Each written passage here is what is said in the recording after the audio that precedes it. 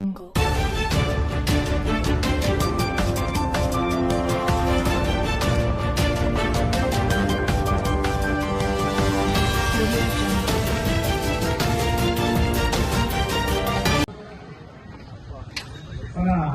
స్థానిక commissioner corporator ఈ ప్రాంతంలో 2 సార్లు పంచాయతీ వార్డు సభ్యుడిగా 3వసారి కార్పొరేటర్ గెలిచి ఈ ప్రాంత సమస్యల కోసం మమ్మల్ని అందరినీ పిలిచి ఈ సీసీ కెమెరా ఏర్పాటు చేసినటువంటి వెంకటేష్ యాదవ్ గారికి ధన్యవాదాలు తెలియజేస్తాను. దాంతో పాటు పెద్దలు వచ్చారు, పోయిండు, గెలిచిన వాళ్ళేమో దిగపోయారు. ఈయన గెలిచిన ఆయన ఒక ఆయనే ఈ ప్రాంతంలో ఉన్నటువంటి మేయర్ కోమాల అజయ్ యాదవ్ గారు, డిప్యూటీ మేయర్ కిషోర్ వసంతి గౌడ్ గారు, అదేవిధంగా పెద్దలు ఈ ప్రాంతంలో ఎన్నో ఉద్యమాలు చేసి ఈ ప్రాంతానికి మంగళం గుర్తుపడినటువంటి పెద్దలు రాపూర్ రావు గారికి, మార్కెటింగ్ చైర్మన్ నరసింహయ్య గారికి, నా మిత్రుడు నా తమ్ముడు మాతో పాటు నిత్యము 10 సంవత్సరాలు ఎంబడుండి ఉద్యమాలలో పాల్గొని ఆనాడు టీఆర్ఎస్ దించడానికి మా ఎంబడున్నటువంటి తమ్ముడు వేపూరు సోమన్న గారికి, అదేవిధంగా మా ప్రాంత ప్రజాప్రతినిధులందరూ కార్పొరేటర్లందరికీ పేరు పేరున ఈ ప్రాంతంలో ల్యాండ్ ఆర్డర్ను ప్రభుత్వం తరఫున చక్కగా నిర్వహిస్తున్నటువంటి సిఐ గోవిందరెడ్డి గారికి, అదేవిధంగా ఇంకో సిఐ బాలస్వామి గారికి, మిగతా కాలనీ అసోసియేషన్ పెద్దలందరికీ కూడా పేరు పేరున ధన్యవాదాలు తెలియజేస్తాను. ఈ సమావేశం మన ప్రాంతంలో ఏ రకంగా రక్షించుకోవాలి, ఇక్కడ ఉన్నటువంటి ప్రజాప్రతినిధులు ఏం చేయాలన్నది అందరూ కూడా చెప్పడం జరిగింది. ఒక 50,000 పెట్టి ఒక కెమెరా పెట్టుకోలేకపోతున్నాం, కానీ నిత్యం వేరే వ్యసనాలకు పోయి మన ఆస్తులన్నీ కూడగొట్టుకుంటా ఉన్నాం. పోలీసు వాళ్ళు దాదాపు మన బోడుప్పల్లో ఉన్నటువంటి పిజాగూడలో ఉన్నటువంటి దాంట్లో 1% కూడా స్టాప్ లేదు. మనకు ఉన్న సిఐలు, ఎస్ఐలు, కానిస్టేబుల్ చాలా తక్కువ సంఖ్యలో ఉన్నారు.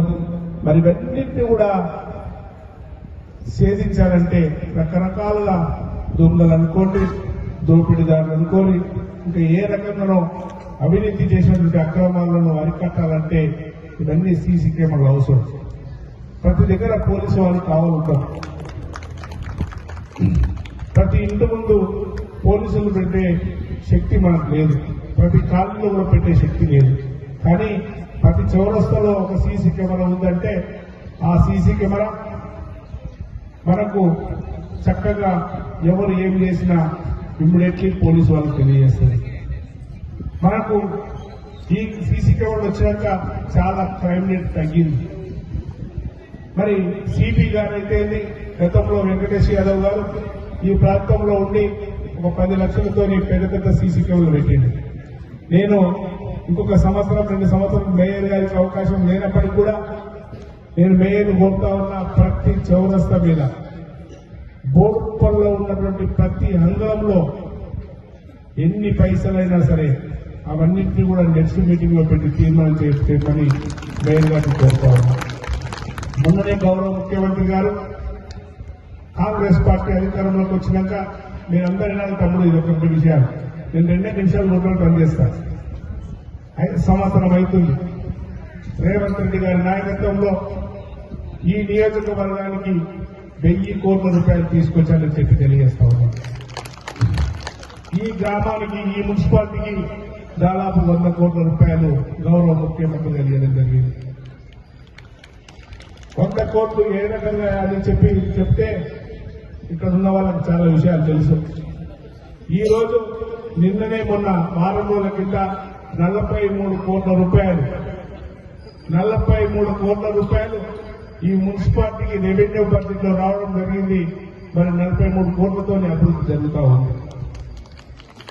గత ప్రభుత్వం తొక్కిపెట్టిన విషయాలన్నింటినీ కూడా వెలుగులోకి తీయాలనే ఆలోచనతోని వెంకటేష్ గారి కోరిక మేరకు నా కుమారుడు అజయ్ యాదవ్ గారి కోరిక మేరకు అదేవిధంగా డిప్యూటీ మేయర్ గారి కోరిక కార్పొరేటర్ అందరిలో కోరితే 10 కోట్ల రూపాయలు రాచెరువుకు కేటాయించడం జరిగింది. అక్కడ శుద్ధకుండ కేటాయించడం, ఇక్కడ అన్నవాసకుండ కేటాయించడం.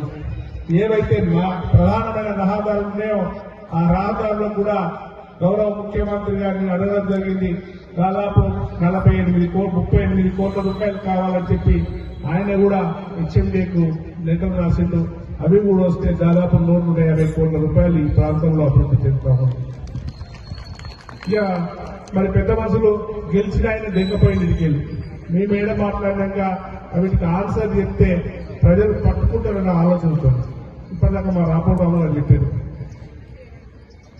గెలిచిన వాళ్ళు ఓపికగా ఉండాలి, ఓడిపోయినప్పటికీ కూడా ఓపికగా ఉండి ప్రజల కోసం నిరంతరం మేము పనిచేస్తా ఉన్నాం. కనుక కొన్ని విషయాలు 2 విషయాలు మాట్లాడిండు. ఇది వేదిక కాదు, ఆ వేదిక ద్వారా చెప్తా ఖచ్చితంగా 2 విషయాలు. ఒకటి మా దళితుల భూముల కోసం ఖచ్చితంగా మా ముఖ్యమంత్రి గారి దగ్గర తీసుకెళ్తాం. ఆ సమస్యలు ఏమైనప్పటికీ కూడా పరిష్కరించడానికి ప్రయత్నం చేస్తాం. రెండోది ఈ ప్రాంతంలో వక్ఫ్ బోర్డు సమస్య, అది మేము తెచ్చింది కాదు. వక్ఫ్ బోర్డు సమస్య ఈ రోజు రాలేదు. వక్ఫ్ బోర్డు సమస్య అనేది గత ప్రభుత్వాలలో 25 సంవత్సరాల నుంచి నేను కానీ ఈ వేదిక మీద ఉన్న వాళ్ళందరం అధికారంలో ఉన్నాం. ఒకసారి ఉప సర్పంచ్ చేసినా, ఒకసారి సర్పంచ్ చేసినా, తర్వాత మేయర్ అయ్యింది.